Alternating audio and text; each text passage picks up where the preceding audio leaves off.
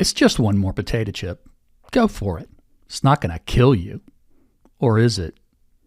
Why are some foods so hard to resist? And why is it always the ones that we know are not good for us? It's almost like we're addicted. Could it be that we really do respond to certain unhealthy foods as some people do to drugs or alcohol? Are we eating ourselves to death? Welcome to Pocket Science, a compact guide to the human body and how it works, powered by the world-class scientists of the Fralin Biomedical Research Institute at VTC. Hey, I'm your host, Matt Chittum, and we're here today with Alex DiFeliceantonio. She's an assistant professor and interim co-director of the Center for Health Behaviors Research here at the Fralin Biomedical Research Institute at VTC, and she's also the leader of the DONNUT Lab. All right, Alex, what exactly does DONNUT Lab stand for? It is a truly contorted acronym because I wanted it to spell donut, but it is the DiFeliceantonio Neuropsychology of Nutrition Lab. So, yes, tortured, but meaningful. That's right. We get to put donuts on our posters, and that's what's important. So we want to talk to you about these questions that we just raised in the intro, but before that, do you have a guilty pleasure snack? Oh, I mean, I was just talking about this with my husband because we were at the beach, and there's like certain foods that you only want to eat in certain contexts, right? And for me, mine is Cheetos. So like I never eat Cheetos, but if we're on the beach, you have to have Cheetos on the beach. It is such a relief to me to know that you eat Cheetos. Mm-hmm. I feel validated and seen. So what about this notion of addiction and food? Are some foods truly addictive? Yeah, I mean, this is a really contentious topic at the moment. I mean, scientists are arguing about it. I just contributed to a book about it. There's really a lot of debate going on in this area. I think what has been pretty well established is that people do eat in a way that looks like other substance use disorders, that looks like other addictions, right? Where they feel out of control, they endorse that this, causes impairment to them. And they do this at a rate that's actually really similar to other legal drugs. So if you look at kind of big population studies and ask lots of people, how do they eat? Do they eat in ways that are addictive? You end up with a number kind of around 14% of the population. So that's the population-wide incidence. And that number is what's really similar for nicotine, so for smoking cigarettes, and for alcohol. And so that kind of makes us think, actually, this looks like other patterns of intake, like other legal drugs. The really big question that we're grappling with a lot is, what are those foods? So is it certain people that eat addictively, right? Or is it the foods themselves that have addictive properties, and what might those foods be? And a lot of this conversation, as I understand it, focuses on what are called ultra-processed foods. Am I correct about that? Yes. And so ultra-processed foods have become kind of the center of this conversation. And I think it's really worth noting that the designation for ultra-processing was not developed at all to understand addictiveness, not even a little bit. But what it happens to be is it happens to be a really useful kind of net to cast that happens to capture a lot of the foods that people eat in this addictive way. So understanding that it's kind of adapted shorthand that's not a perfect overlay for what we're necessarily talking about. What do we mean by ultra-processed, and what foods are we talking about? You mentioned a few, but I'm thinking more of the things that are the problem foods, so to speak. So ultra processing, it comes from the NOVA scale. And the NOVA scale was developed in Brazil by someone named Carlos Monteiro. And I think it's really important to understand is what he was doing is he was observing a big shift in the dietary patterns of the people of Brazil around him, right? And he was observing this shift as kind of large food conglomerates were entering Brazil, large fast food chains, grocery store chains. And so he, like any good scientist, sought to really codify or to quantify what was the shift that was happening, this shift away from traditional foodways in Brazil towards these kind of multinational food corporations. And so he created the NOVA scale, which has 4 categories. There's NOVA 1s, which are raw or minimally processed foods. So you can think of those as just if you could pick it up out of the produce aisle, or if it's coming out of the meat counter at your grocery store, those are NOVA 1s. NOVA 2s are processed culinary ingredients. So this is stuff like olive oil or butter or salt or things that have undergone processing But there are things that would be in your home kitchen, right? Like you probably have vegetable oil in your home kitchen. And that's a pretty highly processed product, right? But it's something that you use in your home cooking. And then there are Nova 3s, which are essentially combinations of Nova 1s and Nova 2s. So this is probably most of the stuff you're going to eat, like cooking at home. Like if you make yourself a hamburger patty and you add salt and you fry it in oil, you've created a Nova 3, right? And then Nova 4s are ultra processed foods.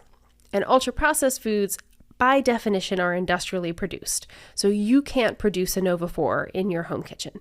So you making a hamburger doesn't make it a Nova 4, that makes it a Nova 3. But if you go to a major fast food outlet and you purchase a hamburger, then that product is most likely a Nova 4. It has to be industrially produced. And I think the other way that some people get a little confused, well, there's a bunch of ways people get confused about Nova. But a big one is for something to be a Nova 4, it can be a Nova 4 based on its ingredients. So it contains things like emulsifiers, or, when you read the back of the package and you're like, what the heck is that? That makes it most likely a Nova 4 based on the ingredients. It can also be a Nova 4 based on the mechanical processing, right?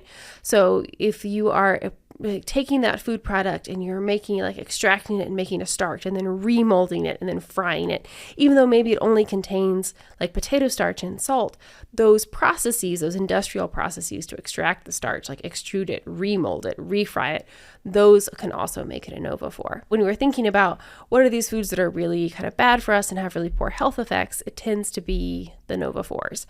And so my kind of shorthand for telling people, how do you identify a Nova 4, is if you are in the middle of the grocery store, one of the middle aisles, and you pick it up and like the package crinkles a little bit, you're probably holding a Nova 4. In the intro, I talked about, I asked the question, are we eating ourselves to death? But really, how big of a health problem are these foods and how much of them are we consuming? Yeah, so the US and the UK kind of fight it out for number one as far as highest amount of ultra-processed foods consumed.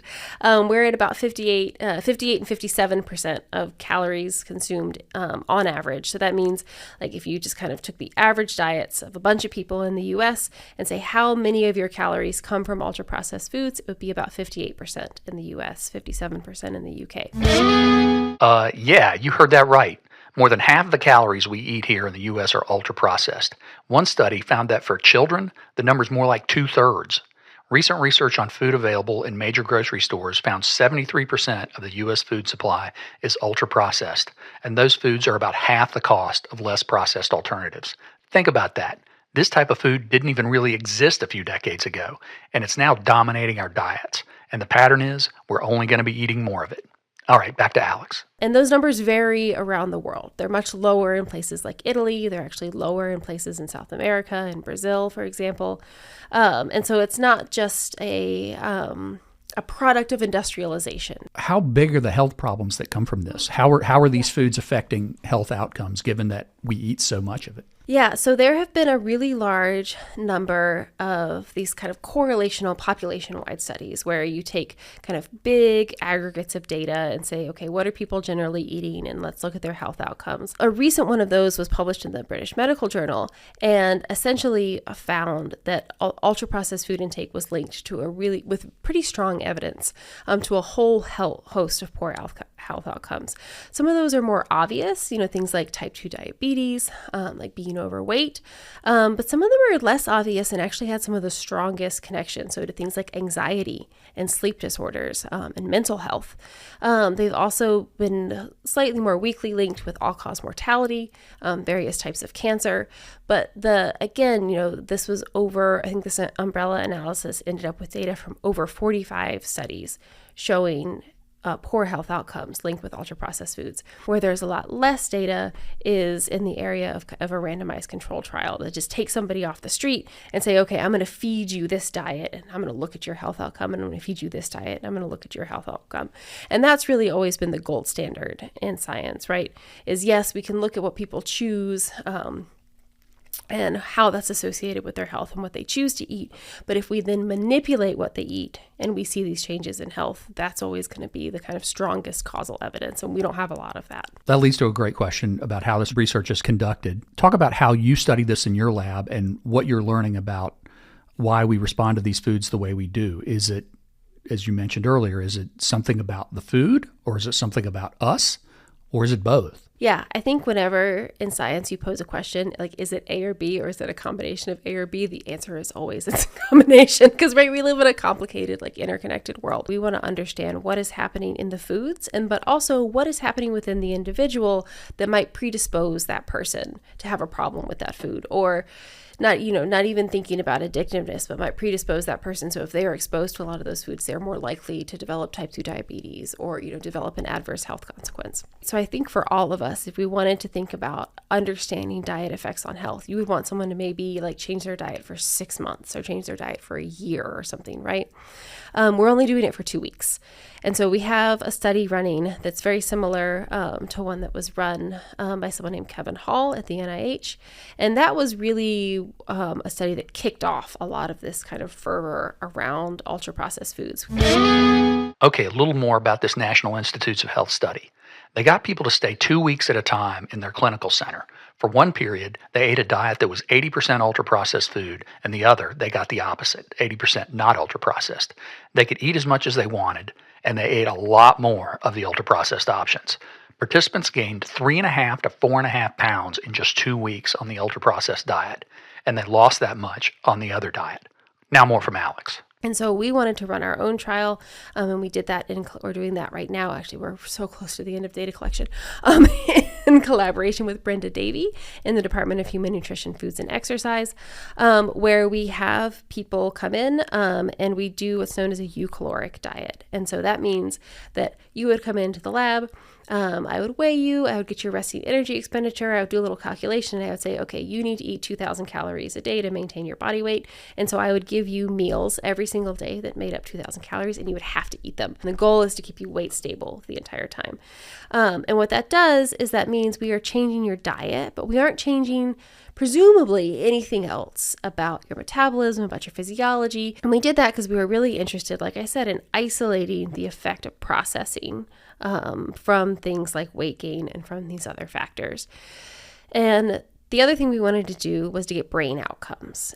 We don't know anything about what happened to their brains. And so what we did is we gave people, they came in and we did a functional magnetic resonance imaging scan, or an fMRI scan. That's the thing where they put you in a big magnet, and then we're able to look at parts of your brain that are active. And so if you hear a study like, oh, the brain was lighting up, that's an fMRI scan, and that's what we're doing. And in this case, what we're giving people is an ultra-processed milkshake. So they actually get to drink the milkshake in the scanner.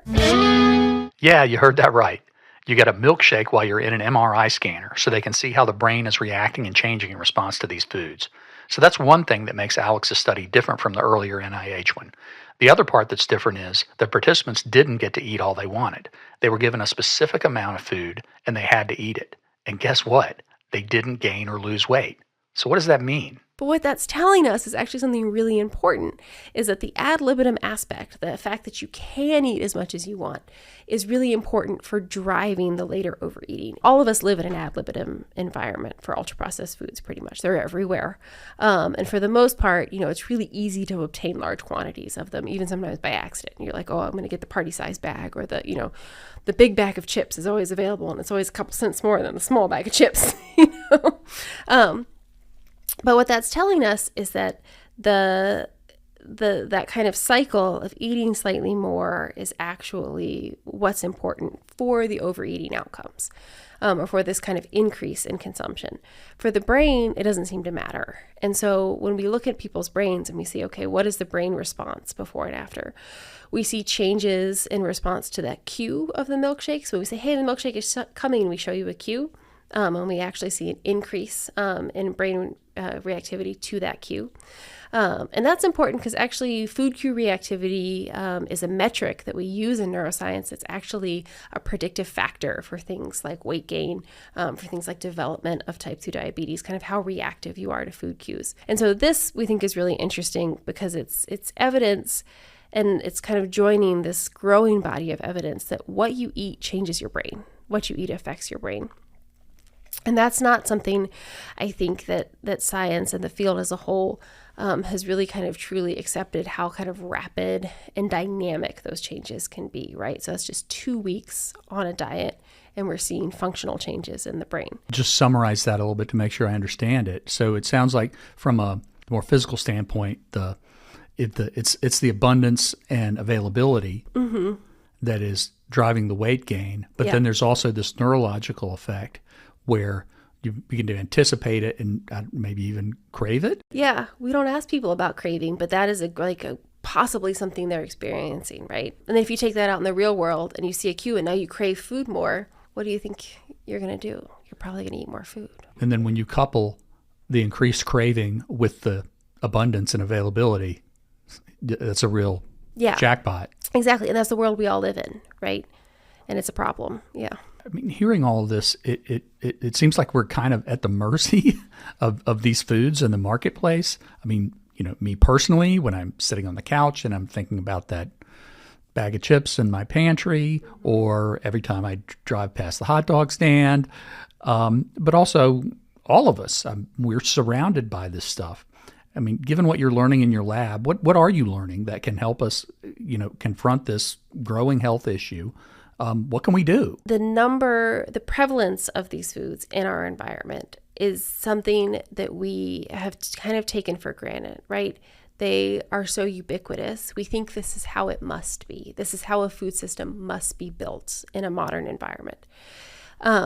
But if we look at other places in the world, it's not true. There are other places that have, modern industrialized food systems, that have similar, levels of food security as the U.S.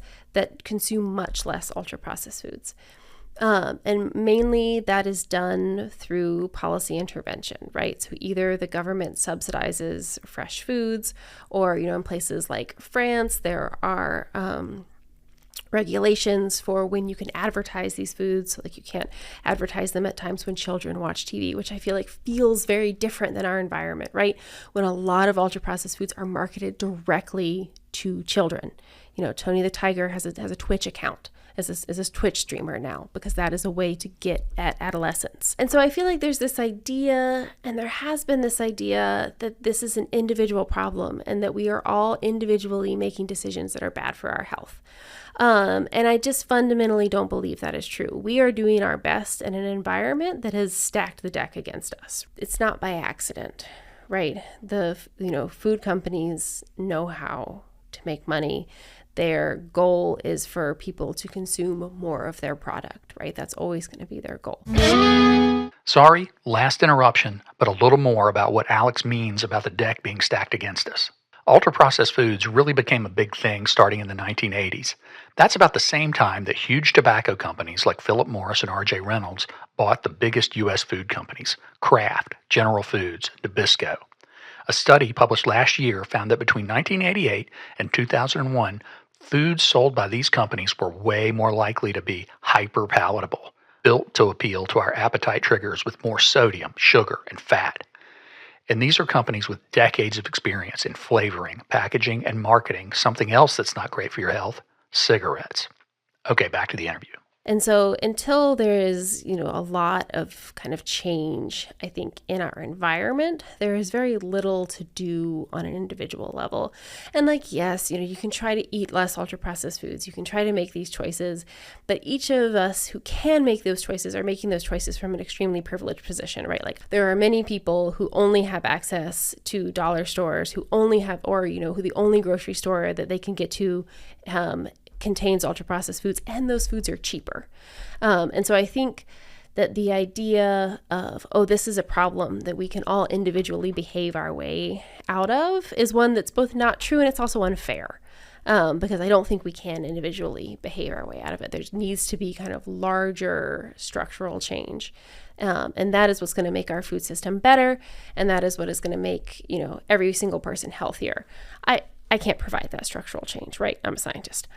What I hope to do is to provide really good basic research, really good science. And so that people who are making these policies, or so that, people might come to these conclusions and realize, hey, we need to do with what we've done to every other potentially addictive substance, which is to limit access and make sure there are plenty of alternatives available. I felt better about all of this when you told me that you eat Cheetos. Yes. I feel like people are afraid to eat in front of me. Like everywhere I go, at like every social event, people are like, oh, like I'm eating this bag of chips. And I'm like, I eat chips. I think the big thing with establishing that certain foods might be addictive is essentially, I'm going to sound insane, is to restore people's free will, because you cannot have free will. You cannot have choice in the absence of information. And so if you are out there, and all of us know, like, oh, hey, if I go smoke this cigarette, there's a chance that I will become addicted to cigarettes. Or if, my mother or father has a problem drinking and I go out and drink, I probably have a heightened, risk for becoming addicted to alcohol. And so I get to, in kind of full knowledge of that choice, make that choice as to whether I want to drink or not. We don't have all that information about food. And so we can't make all of those choices in a way that actually is free, right? Because we don't have that information. And so really, in my ideal world, we have that information. So oh, hey, like this particular class of products is more addictive, and I can choose whether, I'm having a really bad day and I want to eat the damn Cheeto. And yeah, we eat boxed mac and cheese some nights, and we eat, all sorts of, because like we're both, there's 2 working parents in my family. Right.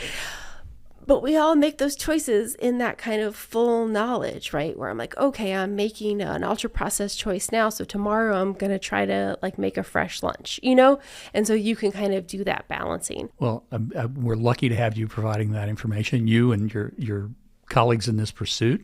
I'm also happy to hear that your little boy isn't stuck on a diet of carrot sticks and 100% my kid, juice. Yeah, my 4.5-year-old ate like 3 hot dogs yesterday because I think he's in a growth spurt. But also, yeah, like I know that, that's maybe not the best choice. And so, tomorrow we'll have a homemade meal. But, you also like food is really fun and joyful. And some of those ultra processed foods are really fun and joyful, and you should get to eat them. But again, in full knowledge of what you're doing. So the next time we're at an event together, I won't feel self-conscious about hanging out by the buffet table the entire time when you come along. Yeah. People got to stop hiding their food from me. I'm not judging you, I promise. Thanks for letting us all off the hook. And thanks for being here. Alex DiFeliceantonio, Assistant Professor at the Fralin Biomedical Research Institute. That's it for today's episode. Alex, I hope there's a bag of Cheetos waiting for you somewhere. Hopefully on a beach.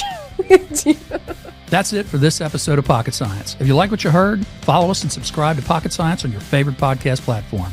Or find us on the Fralin Biomedical Research Institute website, fbri.vt.edu. Pocket Science is produced and engineered by Clayton Metz, and I'm your host, Matt Chittum. Till we meet again, see ya.